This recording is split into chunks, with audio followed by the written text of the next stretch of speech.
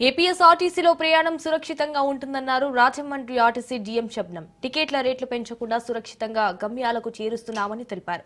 సుదూర ప్రాంతాలను మహిళలకు, పిల్లలకు ఆర్టీసీలో ప్రయాణం సుఖమయం, సురక్షితం అంటున్నారు రాజమండ్రి ఆర్టీసీ డీఎం శబ్నంతో మా ప్రతినిధి Mohan face to face.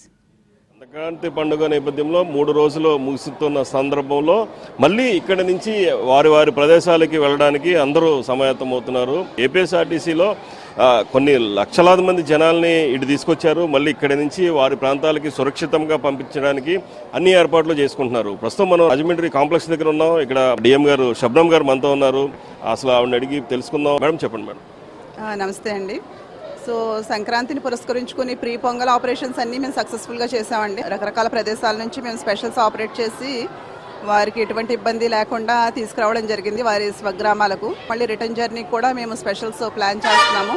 Passengers అందరూ ఈ రోజు నైట్ నుంచే వారి యొక్క ప్రాంతాలకి మూవ్ అవడం జరుగుతుంది. మనం 15వ తారీఖు నుంచే షెడ్యూల్ సర్వీసులతో పాటుగా లాంగ్ డిస్టెన్స్లు కూడా ఈ రోజు 5 బస్సులు ఓపెన్ చేయడం జరిగిందండి.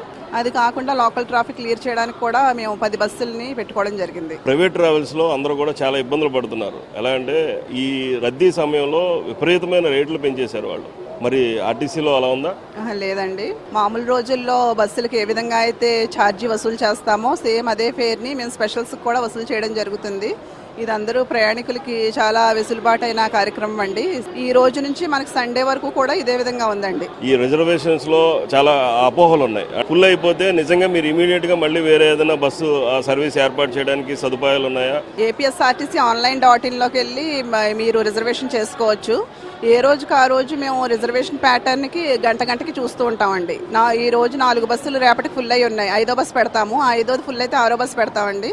ప్రస్తుతానికి ప్రతిరోజు సండే వరకు 5 బస్సులు ఓపెన్ చేయడం జరిగింది హైదరాబాద్. సంక్రాంతికి ఎంతమంది ఇక్కడికి పోటెత్తారు? మళ్ళీ అదే నెంబర్ మళ్ళీ మీకు రివర్స్ అవుతుంది అంటారా? మా బస్సుల్లో అయితే ఒక 10,000 మంది వరకు వచ్చారండి. రిటర్న్ కూడా మనకి 15 నుంచి సండే వరకు, అంటే కొంచెం ఎక్కువ రోజులు రావడం జరిగింది. సో దానివల్ల రోజుకి ఒక 6 బస్సుల వరకు మాకు ఫుల్ అవుతాయండి, షెడ్యూల్ సర్వీసులు కాకుండా. ఆర్టీసీలో ప్రయాణం ఎంతవరకు సేఫ్? చాలా సేఫ్ అండి.